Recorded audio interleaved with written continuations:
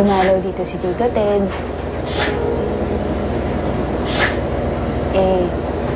Humihingi nga siya ng tawad sa'yo eh.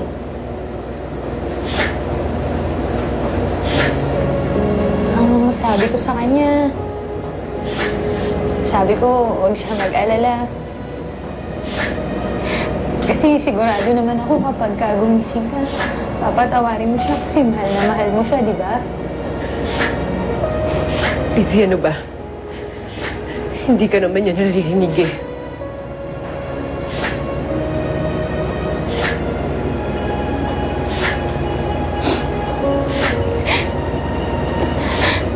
Love,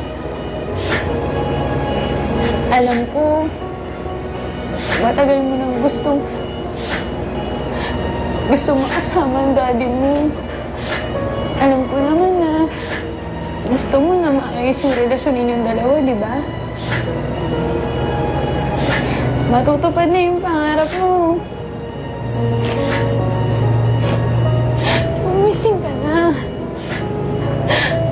Gumising ka na kasi hinihintay ka na namin dito.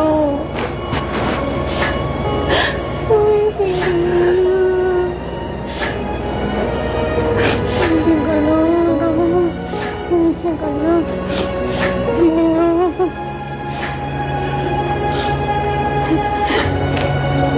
Gising ka na, ha?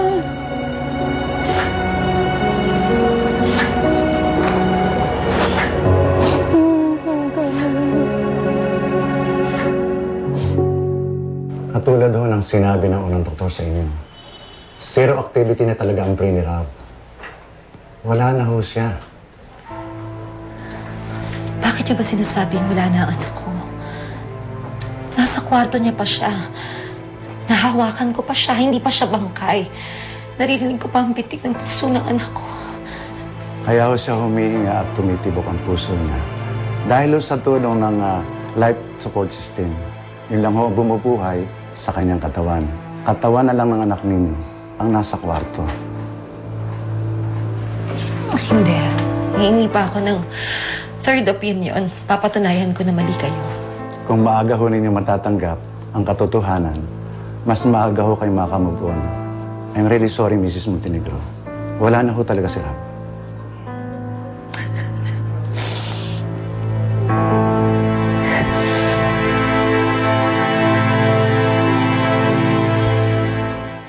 Nahuli na daw yung utol ni Rizzy, ha? Kaya lang, nasa ospital. Malala daw.